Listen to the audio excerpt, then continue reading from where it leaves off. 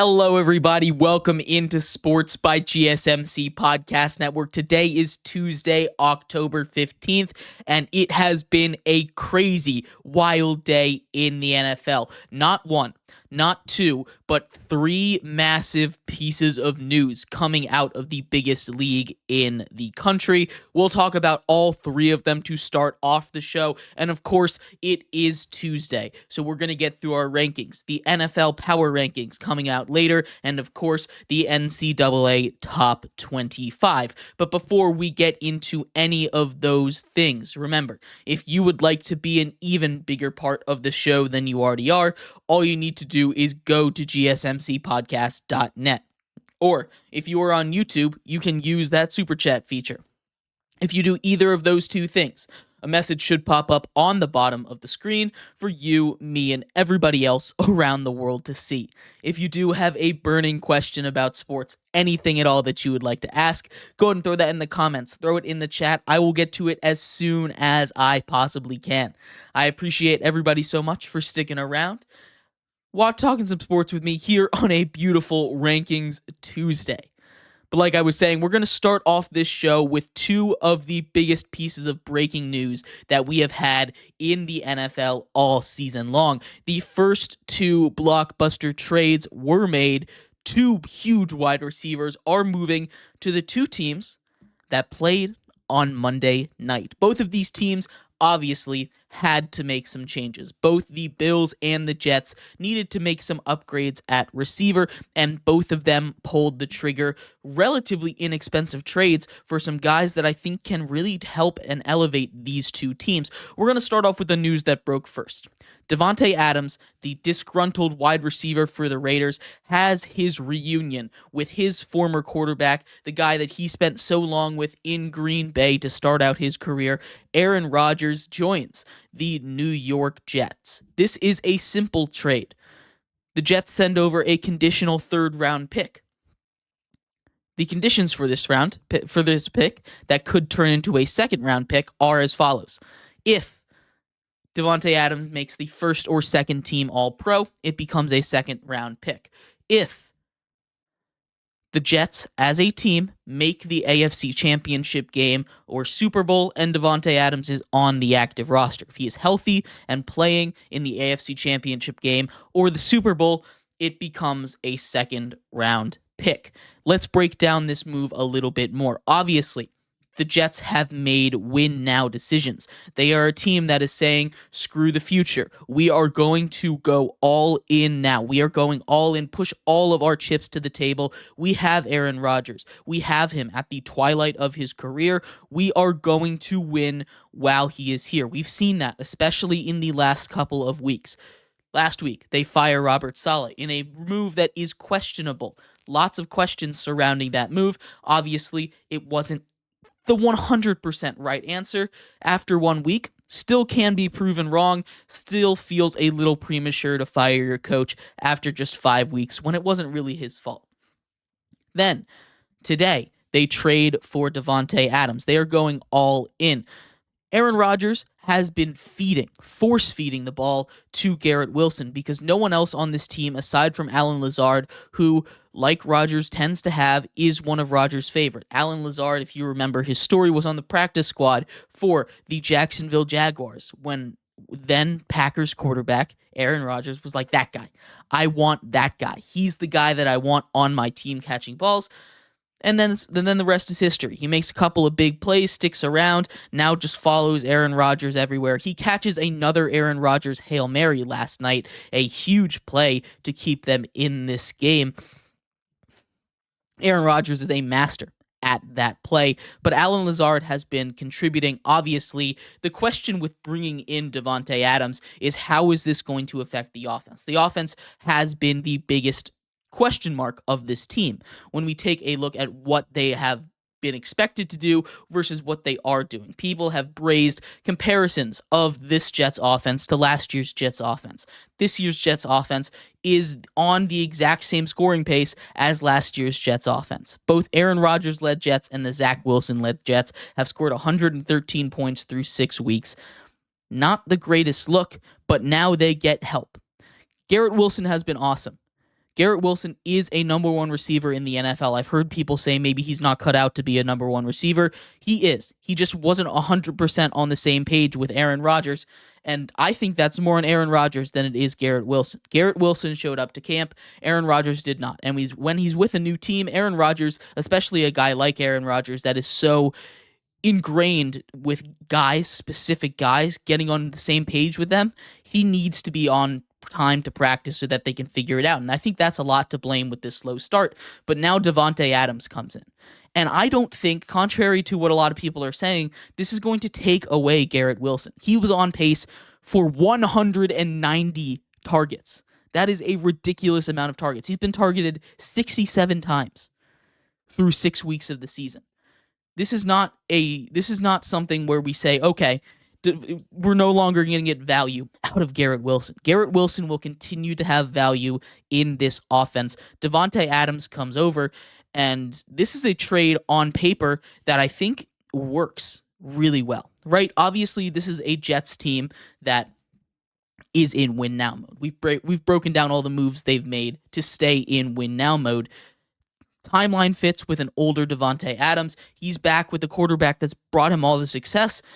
And Davante Adams, with his elite ability to catch the ball, stay on the same page as Aaron Rodgers, that two-headed monster with Davante Adams and Garrett Wilson. First of all, Garrett Wilson won't be getting all those double teams anymore, which I think is definitely hampering his ability to get open and catch the ball. Second of all, think of how it's going to be impossible to cover this offense. With the brain and arm talent of Aaron Rodgers, this offense, in theory, should get a lot better. Now, anything can happen. We don't know exactly how it's going to gel, but I'm looking at this trade and I'm saying, you know what? This is a win-win for both sides. The Raiders get something, and that's really all they can expect after basically it seems like he wasn't going to play the rest of the season for the Raiders at all. The Jets get arguably a top 5 receiver, and I think we're going to see him return to form this year, or return to form after leaving Green Bay, because he's going to have his old running mate back. This should be a lot of fun in New York. Maybe I'm getting a little too high on them, but the way that defense is playing, getting that extra spark on offense is going to push them over the top, and they would have won at least 2 or 3 of the games that they've lost with Davante Adams on this team. Getting over to the other wide receiver trade. I know we just went on and on about this, but that was not the only major move that took place with wide receivers in the NFL today. The Buffalo Bills, a team victorious on a sloppy Monday Night Football game over the New York Jets, currently on top of the AFC East, said, we need a receiver. And that has been evident. Obviously, the Bills and receivers have had an interesting timeline. They let Stephon Diggs walk. They trade Stephon Diggs to the Houston Texans. He's having a nice little season as a number 2 behind Nico Collins. Stepped in nicely as the wide receiver 1 last week, something that we all know he has the ability to do. But the Bills saw that and they said, we missed that. We need a number 1 for Josh Allen. He can't be throwing up these prayers to Khalil Shakir. We can't see what happened 2 weeks ago without Khalil Shakir, how that offense imploded. They go out and they get Amari Cooper from the Browns. And I want to start with this from the Bills' perspective, and then we'll get to the Browns' perspective. From the Bills' perspective, they are a team that is trying to compete, and I do think this pushes them over the top a little bit. The way, again, this is going to sound a lot of repeat like it does with the Jets getting Davante Adams. Excuse me, not quite the same because these two haven't played together yet, but still, the way that defense is playing. We saw the secondary really step up yesterday. Taylor Rapp specifically in the secondary made 3 game-saving plays, breaking up 2 passes in the end zone, taking down Breece Hall at like the 5-yard line. This was a excellent game by the Bills defense. They're getting a good pass rush against a solid offensive line that New York had. Their pass rush had been instrumental. They still are going to get carved up against the run, but Josh Allen is a special quarterback, and we've seen that time in and time out again and again this season. The way that Josh Allen has been able to push the ball downfield in situations where any other quarterback would throw it away, get sacked, throw an interception, he is finding ways to get the ball to his receivers downfield at the sideline, right on the edge of the field. That is not a normal thing for a quarterback to be able to do, and yet it's becoming routine for Josh Allen to be able to pull something like that off. He now gets a number one receiver back, and we've seen earlier on in Josh Allen's career how much of a leap he can make when he gets a wide receiver one. Obviously, that was Stephon Diggs earlier on in his career. His first couple of seasons with the Bills, he was improving, and then he gets Stephon Diggs and he shoots up all the way to the top. He continues to get better and better, and once he gets that true number one wide receiver talent, he shoots up. And we've seen this before with Amari Cooper. He was on the Raiders, kind of struggling, gets traded to the Cowboys. Immediately, Dak improves. The Cowboys improve. Amari Cooper looks so much better.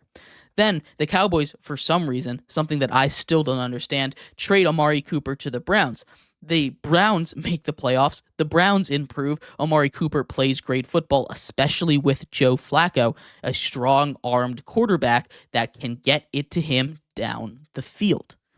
Sound familiar? Sound like anybody that is currently on the Buffalo Bills, a team that just traded for Amari Cooper? Amari Cooper, who gets to a new team, his third traded team in his career, gets with a quarterback that desperately needed a number one, and now can be that number one guy with someone competent at quarterback. That's what we have been waiting on this whole time, because Amari Cooper has flashed his skill. He hasn't had the most productive, most exciting year to see, but from the Bills' standpoint, this was a must-get, and I think this absolutely makes them title contenders. That is something to think about. Now, from the Browns' perspective, this says the opposite message. Despite of what Coach Kevin Stefanski has said, despite of what the front office has said, they are in panic mode.